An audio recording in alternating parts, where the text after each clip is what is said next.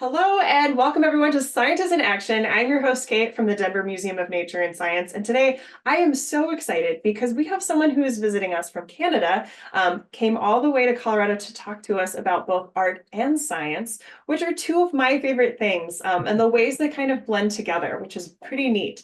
A couple things that you might be wondering, we actually don't have any students with us live today because y'all are on summer break right now. So we won't unfortunately be hearing live from our classes. That being said, we still have some really cool questions we're going to throw our scientists' way. So on that note, I would love to introduce you to Ken Hall, who is going to tell us a little bit about himself, what he does, and of course, the amazing projects that he has even here today at DMNS. So Ken, tell us a little bit about yourself. What do you do? What do you like? What are you going to be telling us about today?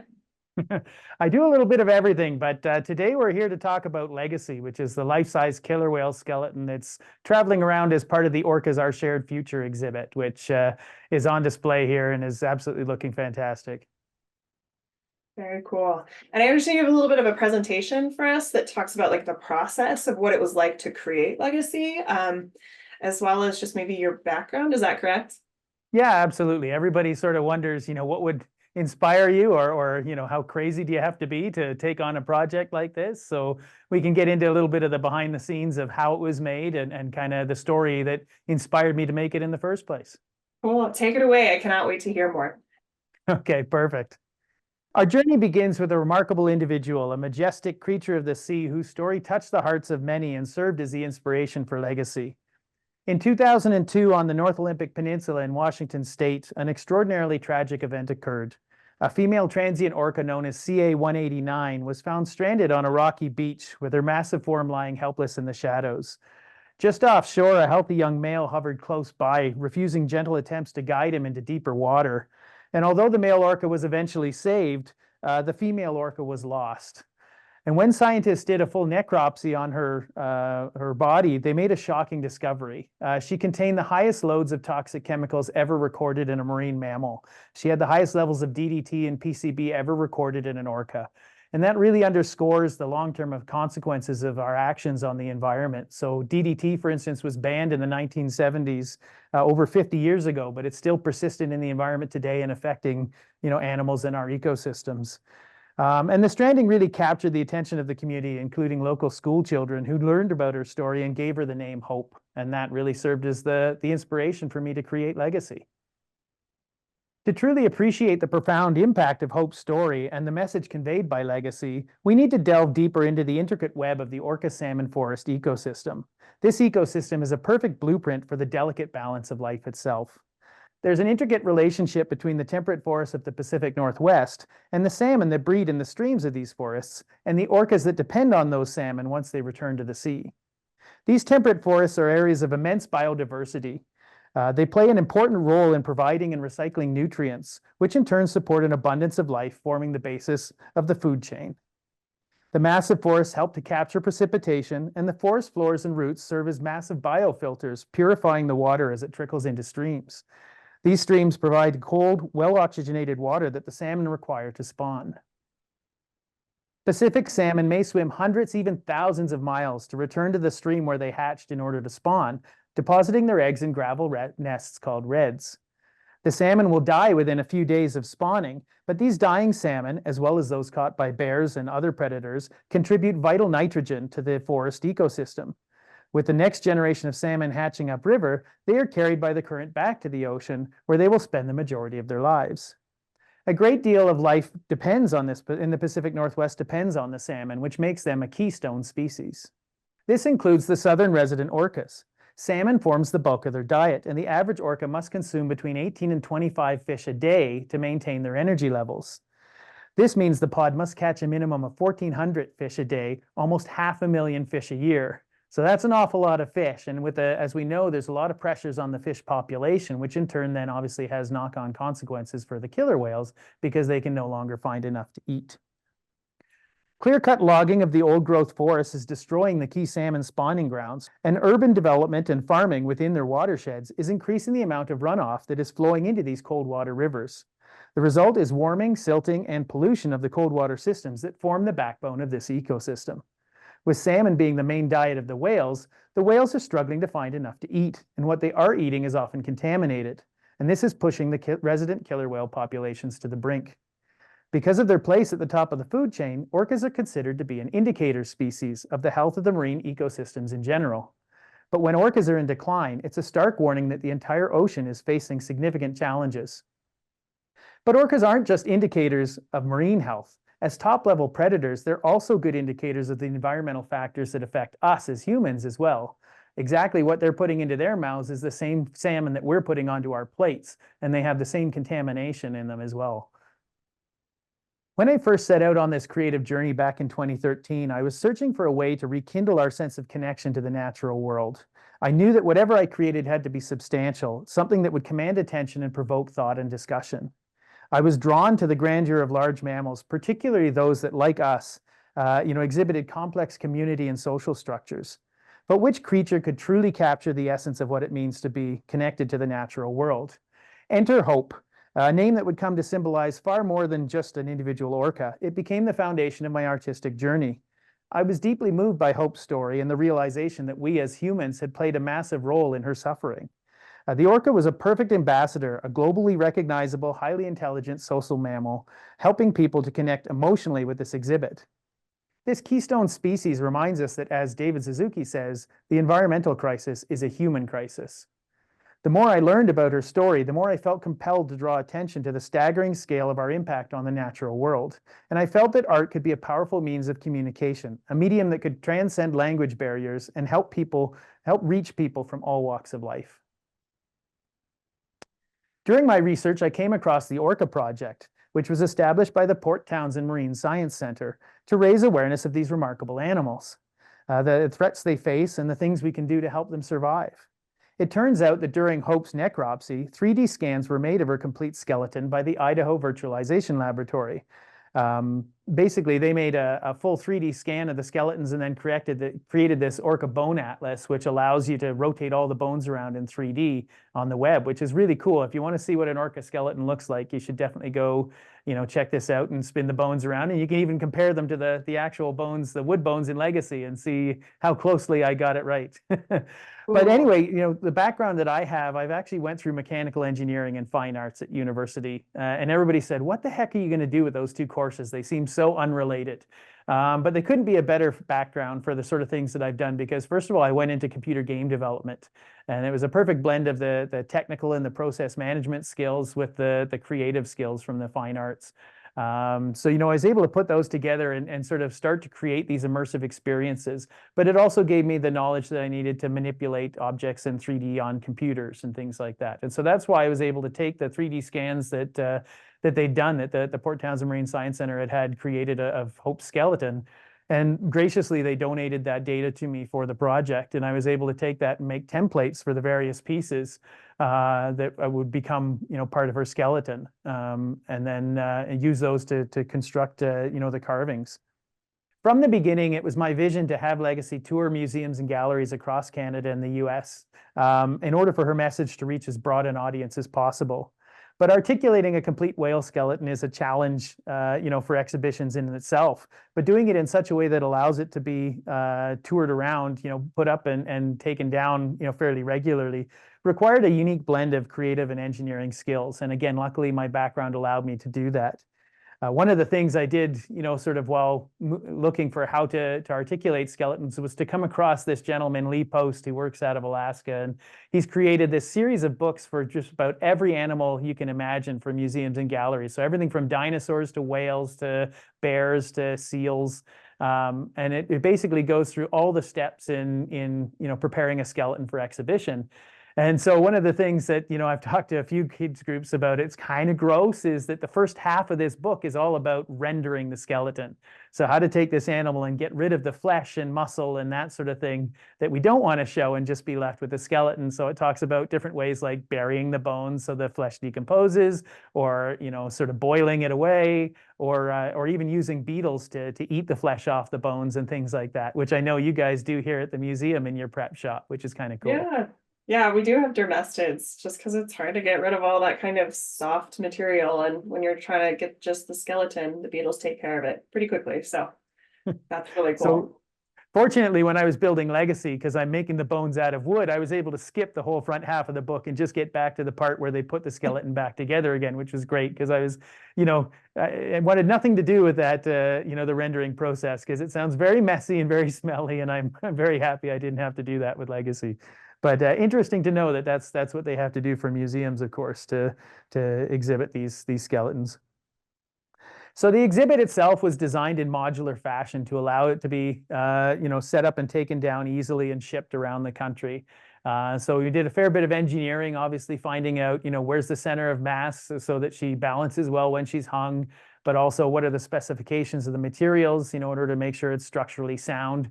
The key, part of her is this backbone, this steel rod that forms the backbone of her. It's a Schedule 40 steel pipe, just sort of a regular off-the-rack steel pipe that's bent to shape and then has various attachment points welded and drilled into it to allow the cables, and then the bones just sort of sleeve over top of the rod. They all have these little brackets attached to them, and that allows them to sleeve over the rod. So they're very easy to slide on and then take off afterwards. And we'll see a time-lapse video of Legacy being installed in a minute, and we'll get a better idea for how she all fits together. But having sort of designed the system of how to build her, the next question was what to make her out of, what material to use. And it very quickly became apparent to me that cedar was the absolute best choice. First of all, I was able to use all recycled materials. So old siding and decking that my neighbors were just tearing off and they were going to burn or leave the wood to rot. And then these windfall cedar logs, trees that had come down in storms and things like that. I was able to harvest those and then, cut them up to form the center of the vertebrae. And I did a whole series of prototypes to make sure that the wood was viable structurally. So I made this, they're all sitting on one of the coffee tables I made out of the cedar, but I made cutting boards and shelves and all sorts of things just to sort of make sure. But it really speaks to recycling and being able to reclaim materials and repurpose them. So it's one of the things I like best about this exhibit is that, we didn't have to consume any new materials to make her. We were able to sort of take materials that were going to be thrown away or left to rot and use those and actually, show that here she is now almost sort of 12 years after she was originally made, and still going strong with those materials. So there's so much life left in a lot of the stuff that we throw away that we have a lot of opportunity to repurpose and reuse for different projects, which is great. But it was not just a practical choice. It was also a symbolic one. Cedar was traditionally used in totem pole carving by First Nations in the Pacific Northwest. And to me, that represented the passing of knowledge and stories from one generation to the next. And that's a concept that's at the very core of Legacy's message. So it was just a natural fit in sort of every which way to use cedar for it. And also, it smells great when you're working with it. So the whole shop smelled amazing for the time I was making Legacy, which is great. So to call attention to the link between logging and the declining whale populations, I spent 6 months carving an anatomically correct killer whale skeleton using material that would otherwise have been burned or left to rot, in illustrating the vast potential of recycled materials to find new purposes. And these were the first pieces I made. They're the lumbar vertebrae, which are the center of the back of the whale. And, I initially made this first prototype piece just to make sure that I was able to create the shapes and actually get the form to match the anatomical references that I had. Obviously, some bits had to be thickened a bit just because they were too thin in bone, to be structurally sound if I made them that thin out of wood. But for the most part, I was pleased that I was able to recreate the actual anatomy of the piece. So I went on and created the first set of lumbar vertebrae here. And once I'd created these 11 vertebrae, I was like, holy cow, what have I done? I am creating a dinosaur here. Like, this was already sort of 10 feet long, and it took up a big table in my shed. And I'm like, oh my gosh, there's like 40 odd vertebrae in the whale. So how big is this thing going to be when I'm done? So had I realized at the beginning what I was biting off, I might not have, sort of gone quite as crazy as I did. But it's one of those things where I don't regret it for a minute, and I'm really excited with the result. But it turned out to be a long process that, sometimes that naivety is great. We dream, big, and then we have no choice but to set out and achieve it once we've started, right? Once you start walking down that road, you kind of have to just see where it goes, which is sometimes a scary but exciting process. Yeah, totally. Well, I mean, it's just a testament to what can come from your passion, and had you stopped to think, like, how big are whales or orcas and what am I about to do? that intimidation could easily have just, made you stop right there, and then legacy would never exist. So Yeah, there's a benefit to kind of boldly jumping ahead and saying like, we'll figure it out when we get there. So that's yeah, pretty cool. A lot of people exactly. don't do things that would otherwise be amazing because they're intimidated. So that's really neat that you did that. So For sure. And you can read up that orcas are sort of 25 to 30 feet long, but that, until you start actually being next to one, it doesn't really, kind of resonate. It's hard to sort of visualize that, you know what I mean? Of course, yeah, they're 8,000 to 10,000 pounds, but that's a living whale. And of course, we're just building a skeleton. So, the size I really wasn't aware of, even though I knew the figures, it didn't really kind of click until I started building it and saw just how big in it your was. garage or whatever. For sure. So basically, I was able to take the wood and plane it down. That means basically removing the junky stuff on the outside and getting back to the good wood in the center of the pieces, and then laminating those into blocks. And then once I had those solid blocks of wood, I was able to trace out the drawings using these templates of the different bones, and then use a bandsaw to cut those out to shape.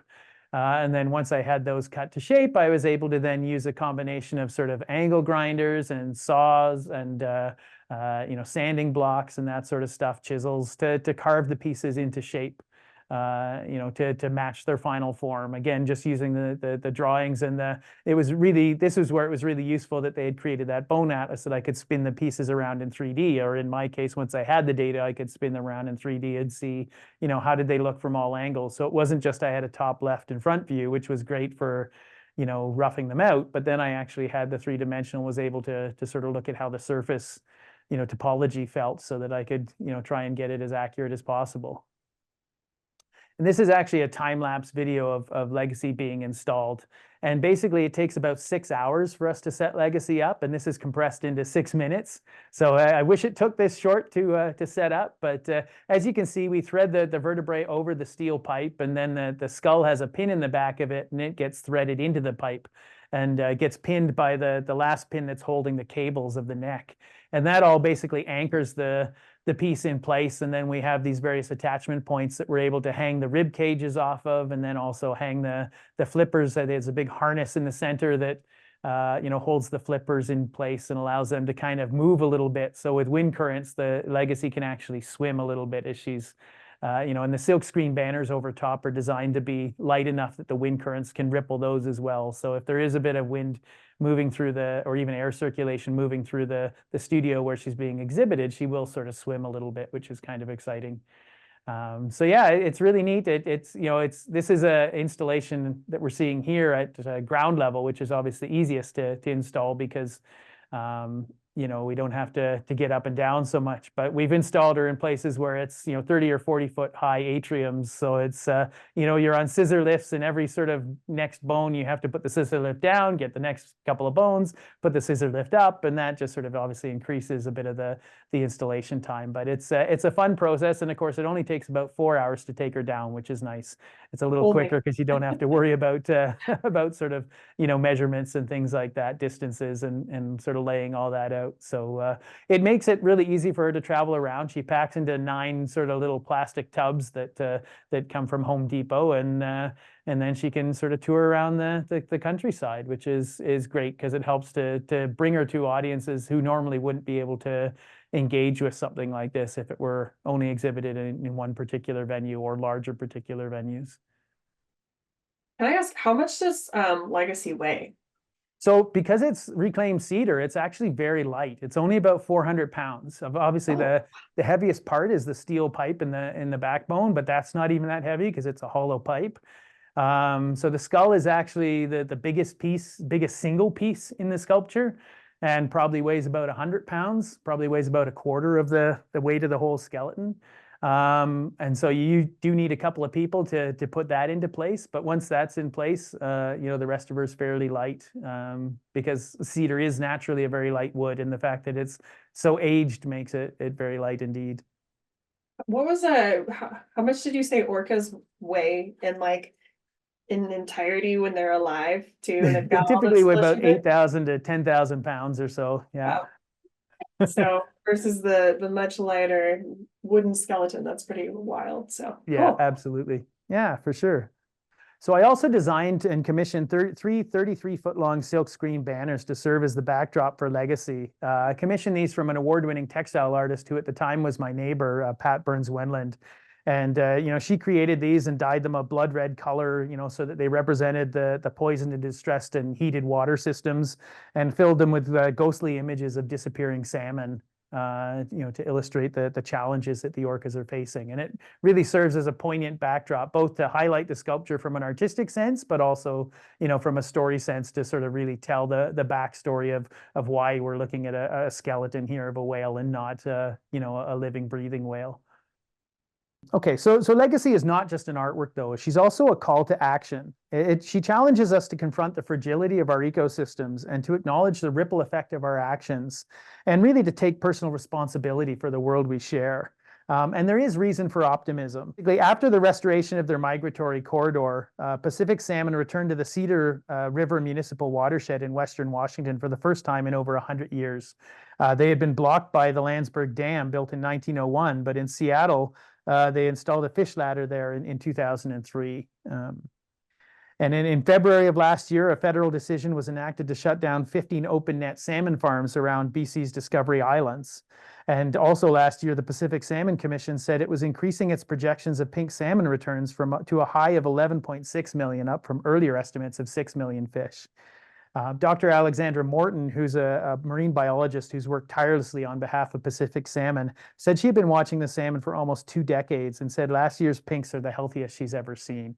So it's really exciting to see the salmon starting to come back. And obviously, we have to maintain our vigilance, and the more awareness we have of it, the more we can contribute to them, rebounding as a population. But we see so often that in our news, it's full of negative stories because negative cycles tend to sell, tend to get people's attention a little more. But even at the museum here, and I don't know if we can refer to current events, but in the museum here, we've got the Blue Whales in 3D movie on, which has a wonderfully positive story of the rebounding blue whale population. We took them almost to the brink of extinction, but now they're starting to rebound and grow again as a population. So, that's exciting to see that there are lots of positive things, and it's really important that we learn about the positives as much as the negatives, because that's what motivates us and keeps us going, trying to make a difference. Oftentimes we get discouraged when we feel like, what can we do? Or what difference is what we're doing going to make? And when we see these positive stories, it gives us hope. So that's really important for us to get out there and try to find these positive stories, even if they're not put in front of us all the time.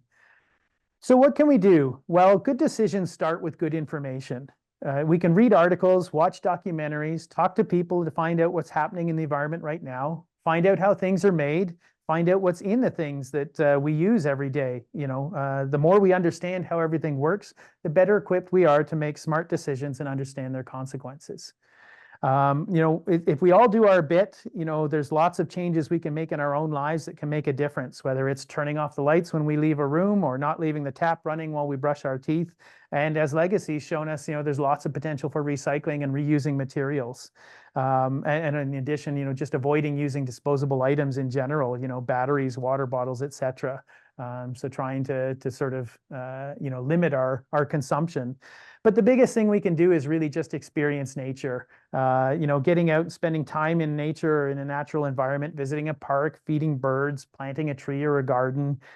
So many health problems are associated with being cut off from nature, including depression, obesity, attention deficit disorder. Basically, if we, there's an incredible sense of wonder that only nature can provide. And the more we experience our natural surroundings, the more we feel a part of them and the more we care about them. So thank you very much for embarking on this journey with me and exploring Legacy. And I hope that it inspires you to go out and find your own connection to nature and see, see what's out there for yourselves. Cool. This is really exciting. Thank you. And honestly, I really love the sentiment that you just had of, so often we overlook the positive and the successes that we have in the environment or in just kind of the world as a whole. I think humans are kind of naturally inclined to just focus on the negative, and that's how psychologically we've survived for as long as we have. But when we see the positives, we know that there's still elements of hope. Yes. And that whether or not you are doing small change or you're at the front of a movement and sharing kind of stories like this with others, there's a lot that we can do. So, and I just want to commend the work that you've done. I think it's also really, I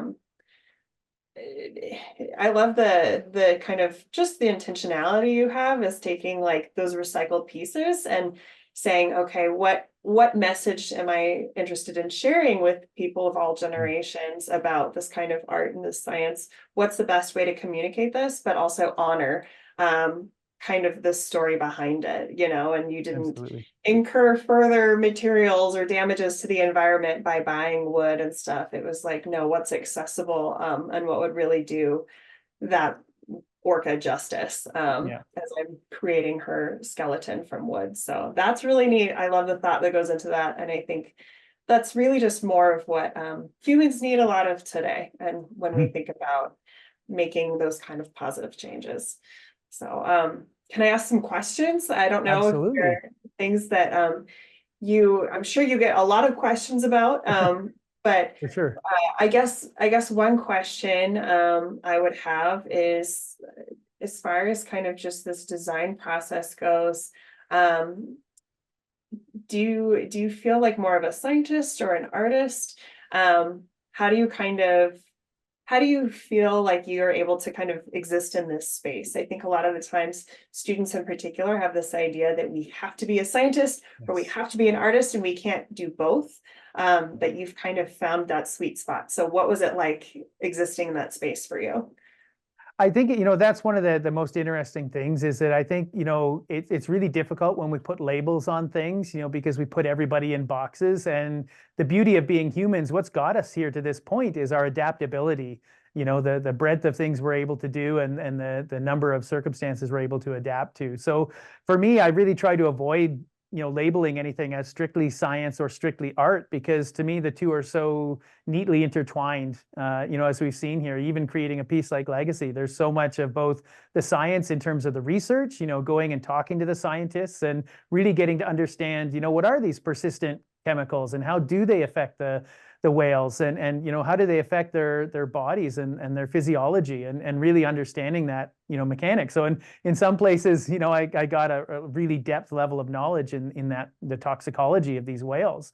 And then going to the Marine Conservation Congresses and looking at the threats facing them today and looking at the things that are being done and the successes and the sort of the challenges. So there was a lot of science behind it, but then of course there's a lot of art, the creating the immersion of the exhibit and designing the backdrops and a lot of the sort of the billboards and things that go around her and sort of describe her story and stuff like that. So there's a really neat blend there, and I love the intertwining of it. And I think that's my biggest message to kids from an art side. I went through engineering and I went through fine arts, but I wound up doing something that's neither but uses both. And there's no one way from A to B. You may go from A all the way to Z and then come all the way back to B, and that's perfectly fine. There really isn't a need to sort of fit neatly into a niche. And that would be sort of the best advice I could give people is just experience as many things as you can, because you never know when you're going to be able to put them together in a unique fashion that's going to sort of set you apart from everybody. Yeah, absolutely. And you even mentioned that earlier, the intimidation of a project quite so large as this. If you had really given it thought, you might not have done it in the first place. And I think when we think about environmental restoration or some of these kind of long-term issues that younger generations are facing, it can feel really daunting. Like, why bother? We can't do anything. But you spoke to so many examples, even in which the environment is having a comeback because nature is Mhm. resilient. And when Yes. we open the door, it seems to just step right through and things can pick back up and repair and heal. So that's really neat. So thank you for sharing that. One question I have for you that kind of steps away from this legacy project, but could you tell us a little bit more about maybe what do you do when you're not building these gigantic articulated skeletons of whales? So it sounds like you found kind of a sweet spot of like art and science and engineering and all these things. What does that look like in your everyday life? So, from the artistic side, I do create a lot of large scale installations and public art pieces, and that's really exciting. It gives me an opportunity to sort of, communicate with people that I'd never have a chance to meet, but that my artwork can get out in front of, which is really exciting, and to address really interesting environmental and social concerns. In a way that's non-threatening and sort of doesn't have any kind of agenda or anything like that. So it makes it much more approachable than, especially today when we're seeing a lot of polarization in the debates. Sometimes art can be a bridge that helps people sort of see things from different perspectives and kind of hopefully, kind of understand a bit more where different people are coming from. But unfortunately, art doesn't pay the bills. It's really hard to make a living, doing the artwork. So that's why I kind of also have fallen back on my prior career of making video games and sort of with the video games, looking for ways that we can, again, sort of, try to do things that are positive. So using, a lot of these video games, people are concerned about whether there's addictive capacities or whether they encourage violence and stuff like that. And there's no doubt storytelling is a very powerful format, and we have to be responsible with how we tell our stories. It's been used for 20,000 years to communicate from generation to generation, lessons and behavioral cues and things like that. But certainly there's a lot of amazing games out there that really contribute to positive development of the players. And that's kind of what I've been looking at. How can we make healthier video games? How can we make games that help people, kind of process their emotions and that, kind of really create healthy interaction times, that don't force people to stay on all day to sort of compete with other players and stuff like that. So that's kind of a neat angle, that's looking at how do we make video games that make the world a better place kind of thing. Cool. I love that. Well, and it really does wrap in that communication and art, but also a science piece of saying like, what is the science behind the behavior of these things and why humans like or don't like them. So that's pretty Absolutely. cool. It sounds like there's a lot of research involved in your work. Could you maybe speak a little bit to that? Like, what is your process like when you take on a giant project like this? It's quite interesting. I mean, it's evolved obviously over the last 20 years as we've seen just sort of the uptick of the internet and the availability of information that was so hard to access in early days. I mean, I just love learning in general, so I'm always, hungry to find out new things and to sort of learn about our environment or the way something works or any of those sorts of aspects. So, that's sort of a drive that's innate to me. But just in the early days, we used to go around and interview actual scientists. So one of the pieces I wanted to do was a piece on the penguins migrating in Antarctica, and sort of interviewed Dr. Michel Leroux, who's a foremost emperor penguin expert.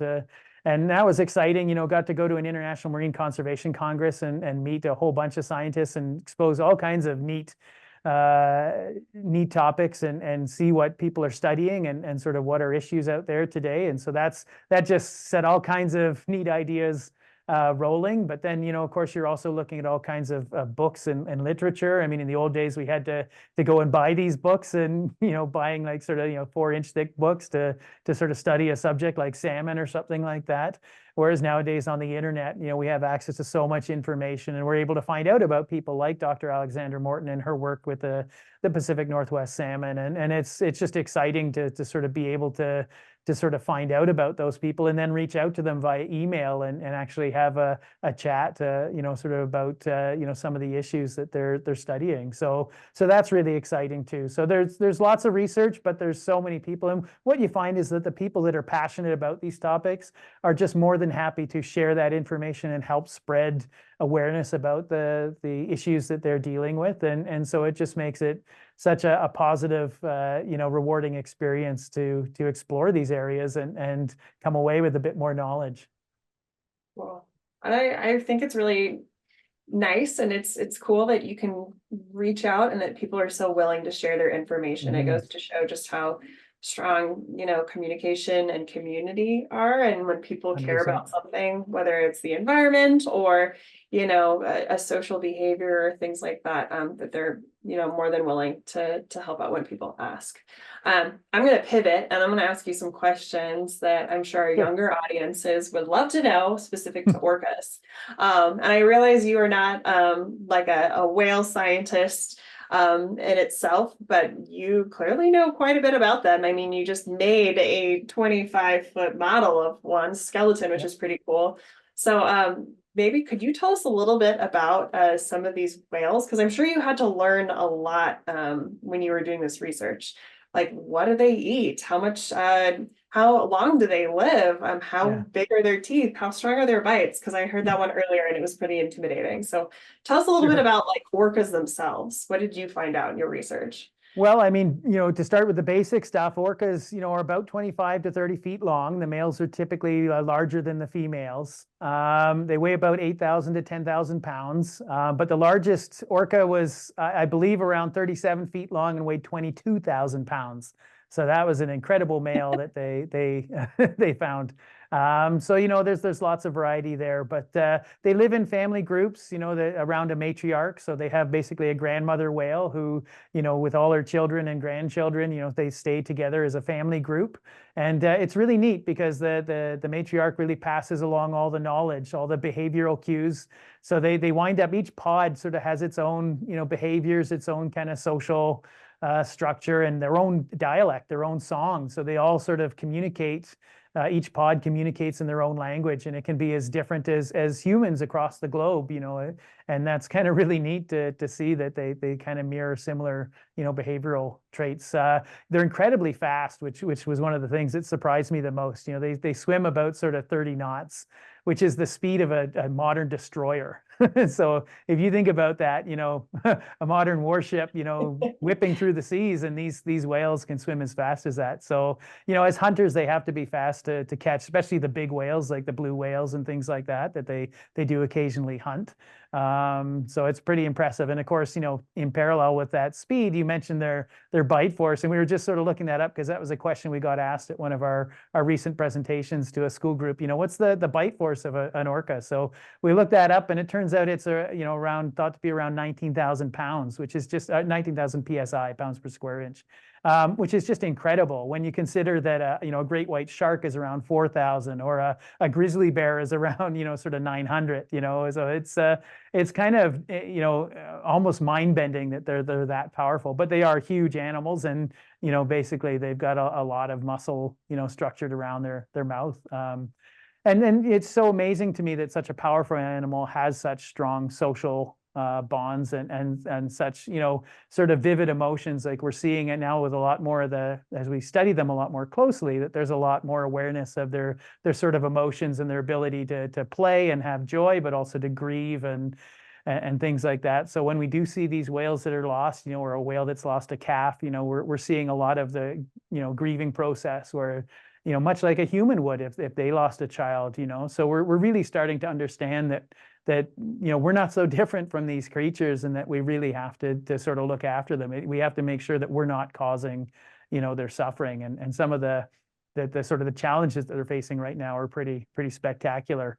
In terms of what they eat, they have to eat about 500 pounds a day to maintain their energy levels and their health. And a lot of that depends on whether they're the transients who move around all the different oceans. So they obviously spend a lot more energy swimming around all day than the residents, who typically eat a little bit less, but sort of stay in one location most of their time. So with the residents, they're typically eating salmon as the backbone of their diet. And what's interesting there, talking about their teeth, they go through their whole life and their teeth are fairly in good shape because they've been eating these salmon, which are fairly small relative to them, and fairly easily, digestible. Whereas when we see the transients, they're eating things like, seals and squid, and even now we're seeing a lot of articles coming out saying that they're starting to eat sharks as their food supply dwindles. They're starting to attack and eat great white sharks, and of course they do eat other large whales as well. So obviously that's really hard on their teeth because they're eating animals with large bones and things like that. And what we see in the transients is they often, towards the end of their lives, have really worn down teeth, like almost flat nubs. So it's kind of really interesting to see the role the environment plays in the development of the whales themselves. Cool. And I think it's cool and that like obviously this is all one species that we're talking about, but just hearing to some of the examples, you talked about kind of their language and traditions and then even diet.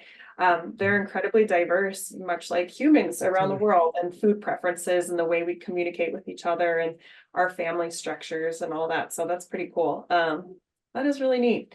Do you have a favorite kind of whale? I know orcas are obviously the It's focus so of your different. It's much attention, like I but don't want to put a label on me. I don't yeah. like to sort of have one favorite, but I mean, there's so many whales that are gorgeous. I mean, obviously orcas are so such a a well-evolved hunter. It's really kind of awesome to see their strength and their power and their speed. But then you got humpback whales who are so majestic and so melodic, right? They've got such beautiful songs and they're so acrobatic with the way they move and the giant flippers, and it's just they are like the angels of the sea. So it's just so interesting to watch them swim around, and that's pretty awesome. And then you've got sort of some of the really impressive whales, like a sperm whale, for instance, that dives down and holds its breath for over an hour. I mean, I can't even imagine holding your breath for hours at a time while you're down hunting squid in the pitch blackness. So there's just so many different varieties that are exciting. And of course, who doesn't love the dolphins and the sense of play and fun they appear to have, jumping in and out of the waves. So pretty awesome, across the board. Cool. You mentioned doing a project or communicating with scientists who are studying penguins earlier. Why the environment? Why is this kind of your area of science that you have become, I guess, so profoundly interested in, and that a lot of your projects focus around? Why is this spoken to you in particular? I mean, I guess I grew up as a kid watching a lot of the nature documentaries, and that I kind of really felt a connection to that. And I'm lucky that living up in Canada, I have a good access to nature. So I've always been kind of outdoorsy and camping and hiking and things like that.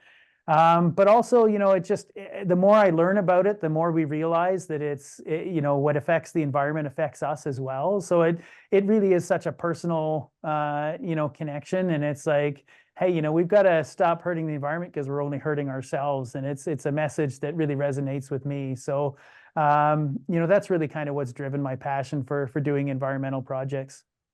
So one of the most exciting ways that I was able to display legacy once was to put it in a small studio room in Grey Roots Museum and Archives up in Owen Sound, and put the projection lighting on it that had the water effect. And it really gave the impression that you were underwater with the whales, really immersive. And actually, in the background here, you hear one of my friends, Ed Roman, playing these whale sounds on his double bass. And it's a really interesting, actually, a historical instrument, because they took it across to Vimy, the Canadian Army. And so it's inscribed with all the names of the soldiers and things like that on it. So really neat to have that piece of history being played. But also when Ed's not playing the opening, I run a CD player with Orca sounds going in the background of this venue. So it's just really exciting to see the whale, kind of displayed in this immersive fashion, and it really sort of helps to, emotionally connect you with Hope and her story. So it's just a neat way that we were able to show her at one of the venues.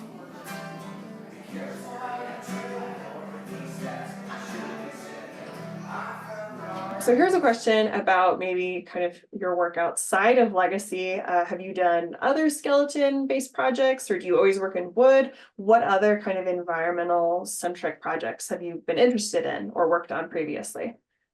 So I typically like to consider each project, a unique thing, and try to figure out what's the right medium, what's the right form of expression that's going to tell the story in the right way. So another interesting piece I did is called The Hunt. And it's a series of welded steel wolves that are chasing this plate steel cutout of a buck. And really that's sort of talking about, our emotional evolution as humans. Basically we're invited in that piece to stand amongst the wolves, and we often think of ourselves as predators nowadays. So we can stand amongst the wolves and face the buck and see what it's like to be chasing it, the thrill of the hunt, all that sort of thing. But then we can walk around the buck itself and look through the negative space of the buck, the cutout buck, and see these wolves coming at us, and try to imagine what we would have felt like as, prey. And then, basically, if you imagine ourselves without tools, without knives, without guns, that kind of stuff, and in a world with lots of tigers and bears and wolves, you can imagine that we're probably not top of the food chain in those sort of ecosystems. And what's happened is our emotions have evolved based on being a prey species. So our whole, fight or flight response, all that sort of stuff. And so what we find is that nowadays in modern society, whether it's in the classroom during a test, a stressful moment, or during a sporting event when we're really, competing hard, or in a boardroom when we're negotiating or having a debate, we're finding that we get emotional responses that don't really fit the situations very well. And so what the piece is asking is, does our social conventions allow us to, properly process those emotions, or does it perpetuate a constant conflict within ourselves because, society wants us to act one way, but we've evolved to act and feel another way, and how do we kind of, rationalize those together? So it's kind of a neat piece, and it takes, it's life size, so it takes about a football field to sort of set it up properly. So you get that real sense of space, you get the kind of the rhythm of the hunting wolves, and a sense of the distance, but also the urgency, like they're closing in on the buck, and it won't be long before they track them down. So it's kind of a neat piece. Each wolf there weighs about 300 pounds of steel. So, lugging those around, they weigh more than Legacy almost, each wolf individually. So that's a big piece to sort of ship around. I've got installations of that all across Canada at the moment, which is neat, from the West Coast all the way out to the east. So it's a pretty neat piece, and very different to Legacy, but very similar in terms of addressing sort of a scientific, in this case, the science of our psychology and our physiology, and addressing sort of environmental concerns at the same time. So kind of it's definitely a theme that runs through my artworks, these environmental and social topics, for sure. Cool. Yeah, definitely. And I think it's really interesting how, I think we oftentimes, I think you just spoke to this, see ourselves as that kind of top predator, or that we have evolved to the top of the top, and because we have art, and because we have science, and we can do these things. But your pieces in themselves kind of remind us that no, we're still very much part of nature, and we experience these things, whether or not it's an internal emotion of like heightened awareness and panic because we're stressed and we don't have that natural outlet that historically we would have as a species, or we're having an impact and we're really affecting some of the other species that we share the planet with. So For sure. really interesting. And I think this is a really cool way to communicate those science and those art and community, and social structures, and just challenge people to think about them and ask, where do I fit in all of this, and what's my next move, which is pretty cool. So thank you so much for sharing all this with us. This has been really cool. I can't wait to see maybe more of your work someday, as well as some of the work potentially that our students make after watching these programs. So this is pretty neat. And obviously, I mentioned this earlier, we don't have any live kiddos with us today just because we're in summer right now, but I hope classrooms who watch this retroactively, you follow up and you see, what is Ken making next? Maybe you take some of this stuff into your own classes, and you build other big, beautiful things that kind of challenge the world we are in today, and become scientists or artists, or whatever it is that your curiosity allows you to be, that might be neither of those things. So keep exploring. This is really cool. Thank you for having me, and yeah, absolutely. Don't be afraid to try and learn new things, kids. Even if it's different from stuff you've done before, get out there and experience as much as you can. Cool. Have fun doing it. Life is fun, and you got to just do it. So that's cool. I would love to just ask kind of like a blanket question of, if you were to leave our students with a message today, whether or not it's about pursuing their passions or specific to this cause and legacy, what would you want to tell youth today? I think the biggest message I'd leave people with is, if you have a dream, chase it. If there's something that inspires you, something that you enjoy doing, don't worry so much about the practicality of, is it feasible, or is it, cost effective, or anything like that. Basically, when you chase your dream, you'll find ways to make it work. And I think that's the key, is not looking at the end, but just taking one step at a time, and not getting overwhelmed by the size of what you're heading into, and just, sort of following the things that matter to you and that keep you excited and engaged.